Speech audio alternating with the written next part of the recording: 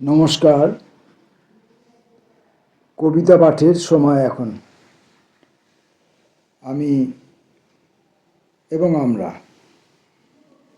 কবিতা পাঠে আছি, কবিতা পাঠে ছিলাম এবং কবিতা পাঠে থাকব। আজকে আমরা জয় গোস্বামীর কয়েকটি কবিতা পড়ব। গোল্লা এই কাব্যগ্রন্থটি থেকে কয়েকটি কবিতা পড়ব। জয় গোস্বামীর কবিতা পড়তে গেলে একটু শিক্ষিত হতে হয়। প্রথমেই স্বীকার করে নিয়ে আমার সেই শিক্ষা নেই, তো অশিক্ষিত মানুষ হিসাবেই আমি জয় গোস্বামীর কবিতা পড়ার জন্যে সিদ্ধান্ত নিলাম, পড়বার জন্য এগুচ্ছি। আমার অশিক্ষাকে উপেক্ষা করে আপনারা জয় গোস্বামীর কবিতায় ব্যবহৃত শব্দ এবং কবিতাকে বর্ণনা করার, বিবৃত করবার, ধরবার, মেলে ধরবার বা কবিতাকে নতুনভাবে, কবিতার ভেতর থেকে কবিতাকে নতুন করে আবিষ্কার করবার, কবিতার নতুন রূপ আবিষ্কার করবার, কবিতাকে নতুন করে দেখাবার চেষ্টা, এইসব যাবতীয় কাজকর্ম তিনি করেছেন বাংলা কবিতায়। সেগুলোকে ছোঁবার বা বুঝবার চেষ্টা আমরা করতে পারি। এইটুকুই। গোল্লা বইটির প্রবেশকে তিনি কি বলছেন সেটা পড়া যাক। কে বাষ্প, কে তেজ, বৃষ্টি, জল, ভস্য, জল কে অঙ্গার, আজকেই জন্মেছে তারা, দিনে রাত্রে বিভিন্ন উপায়ে বেরিয়ে পড়েছে আজই হেঁটে ছুটে হেঁটে হাতে পায়ে, খাবার সন্ধান করছে, মেদিনী লুকিয়ে রাখে হাড়।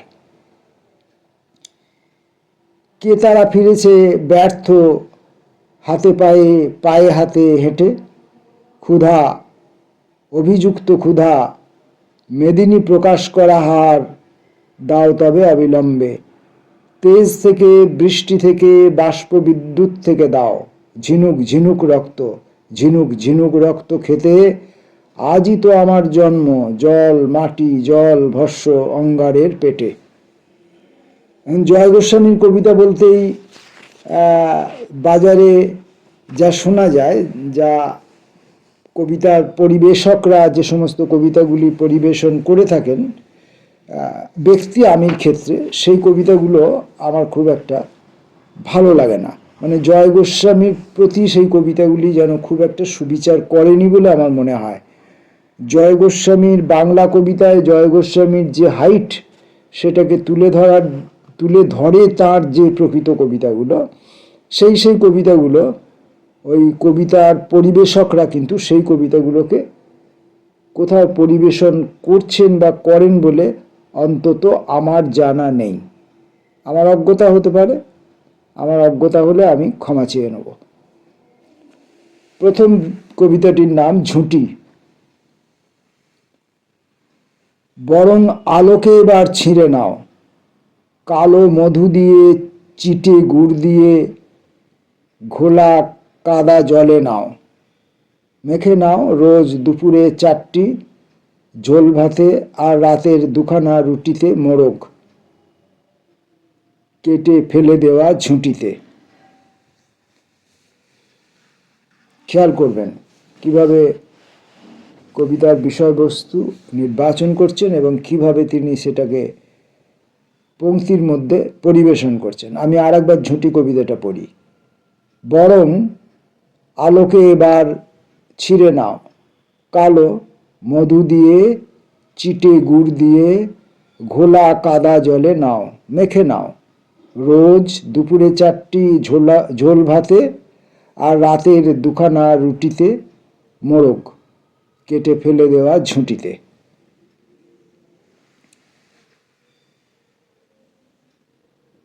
এর পরের কবিতাটি টান। লাল নীল সাদা শেকল, আলো ঠিকরানো শেকল, ঘুম পাড়ানিয়া শেকল, নরম কাঁটায় ভরা। যাও কাছে যাও, শেখো, গলায় পড়তে শেখো, আদর করতে শেখো। রাস্তায় গিয়ে দাঁড়াও, চেঁচিয়ে দর্শক ডাকো। আর হাঁদারাম কোথাকার, জননঙ্গে বাঁধো আঁট করে দড়া। লাগো, এইবার লাগো দিল খুশ করে, হে টান আস্তে জোরে। পরের কবিতা স্বাদ। চোখ চুম্বন করো একবার, বুঝে একবার খুলে। চোখ চুম্বন করো একবার, চোখ চুম্বন করো একবার, বুঝে একবার খুলে। বিভিন্ন রকমভাবে পড়তে পারেন, এই স্বাধীনতা জয় গোস্বামীও দিয়েছেন। চোখ চুম্বন করো, মাঝে স্পেস, একবার, পংক্তি শেষ। দ্বিতীয় পংক্তিতে বলছেন বুঝে, আবার স্পেস, তারপরে বলছেন একবার খুলে। তাহলে আমি এটাকে কেমনভাবে পড়তে পারি? চোখ চুম্বন করো একবার, বুঝে একবার খুলে। চোখ চুম্বন করো একবার, বুঝে একবার খুলে। চুম্বন করো চোখ। এক মুহূর্ত, দুই মুহূর্ত, এক দুই তিন ঢোক, গলায় নামছে গরম গরম ঘিলু। বলো স্বাদ কিরকম? পরের কবিতাটির নাম নাক। তোর নাক, তোর নাক গড়িয়ে পড়ছে শিকনি। তোর নাক শিকনিতে মেশা রক্ত। তোর নাক, নাকে কান্না, 3 দিন কিছু খাইনি। তোর নাক পাল্টিয়ে যাক খড়গে। নাকটা খড়গ হয়ে যাক, তবে তুই তোর খাবার খাদ্যবস্তু পাবি, তবে তুই তোর অধিকার পাবি, তবে তুই তোর বেঁচে থাকার সমস্ত কিছু দাবি দাওয়া আদায় করতে পারবি। তোর নাকটা যদি খড়গে পরিণত হয়। শান্তি, শান্তি, শান্তি, ঠান্ডা ভ্যাবলা শান্তি। শান্তি, শান্তি, শান্তির আলু ভাতে একমাত্র খাদ্য শান্তি। শান্তি, শান্তির মরা লিঙ্গ চুষতে আমরা বাধ্য। জল কাদা, পতঙ্গ, নীল পতঙ্গ, কালো ঘাস, জল কাদা, কাদা জল, এবড়ো খেবড়ো মাটি, খোঁচা খোঁচা ঘাস, বস্তায় বাঁধা লাশ, তল্লাট ছেড়ে চল। ছুটতে ছুটতে ছুটতে ছুটতে খাল, সেতু বাঁশ দিয়ে বাঁধা, শ্বাস নিঃশ্বাস নিঃশ্বাস নাভিশ্বাস, তীরে কাশবন, কাশ, শরৎ শুভ্র সাদা। বস্তার মুখ নিজেই খুলছে, উঠে দাঁড়াচ্ছে, হাঁটতে শিখছে, পায়ের তলায় কাদা জল, জল কাদা।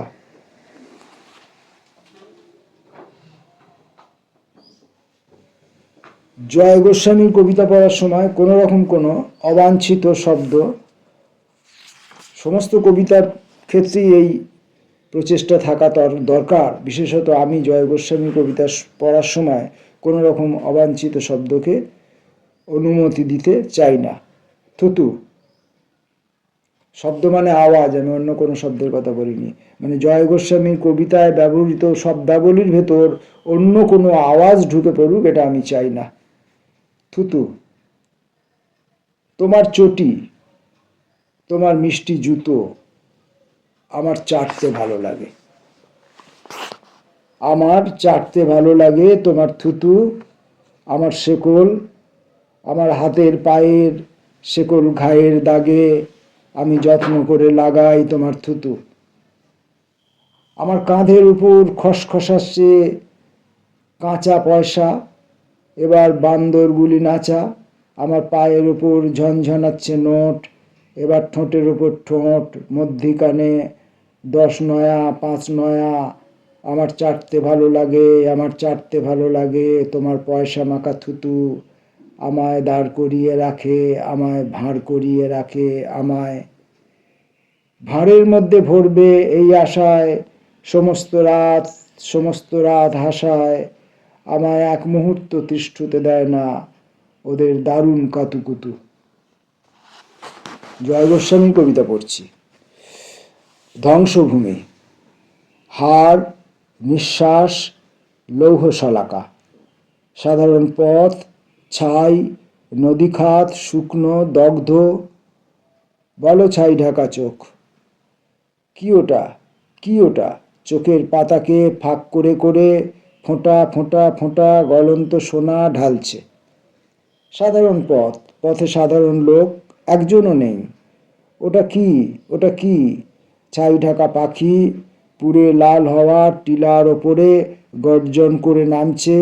সাধারণ পথ, পথে একজনও নেই। এই মুহূর্তে, এই মুহূর্তে, এই মুহূর্ত পরে যন্ত্রগণক কি খবর আসছে? জল কি খবর আছে? নদী কি খবর আছে? সাগর। কি ওটা, ওটা কি? ওই যে তাকাতে গেলেই চোখ পুড়ে সাদা ধোঁয়া, জল পুড়ে কালো ধোঁয়া, সাগরে সাগরে গলে যাওয়া ধাতু বইছে। হাউই। এই শতাব্দী তার হাউই লুকিয়ে রেখেছে বিরাট বাড়ির ছাদে। আমি শেষ রাতে উঠি, রাস্তায় বেরোই, ফেরবার পথে দেখি দোমড়ানো ঝোপঝাড় এঁকে বেঁকে পড়ে আছে রোগা কালো পোড়া হাড়, হাউইগুলির হাড়। ঘরে ফিরে এসে শুনি গুমড়ে গুমড়ে কাঁদে। ভবিষ্যতের জন্য জমিয়ে রাখা ছোট্ট হাউই, বন্দি হাউই কাঁদে বিরাট বিরাট বিরাট বাড়ির ছাদে। জয় গোস্বামীর কবিতা গোল্লা বইটি থেকে আজকের মতো শেষ কবিতাটি পড়ব, নাভি।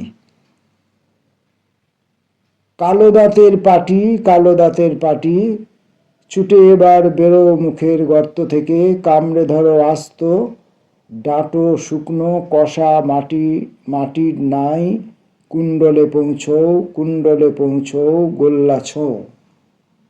আবার পড়ব কবিতাটা, আরেকবার পড়ব। নাভি।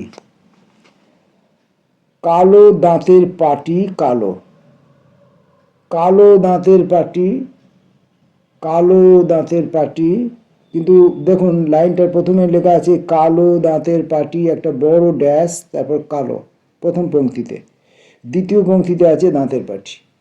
তো কালো দাঁতের পাটি, কালো, কালো দাঁতের পাটি, কালো দাঁতের পাটি, ছুটে এবার বেরো মুখের গর্ত থেকে, কামড়ে ধরো আস্ত, ডাঁটো শুকনো কষা মাটি, মাটির নাই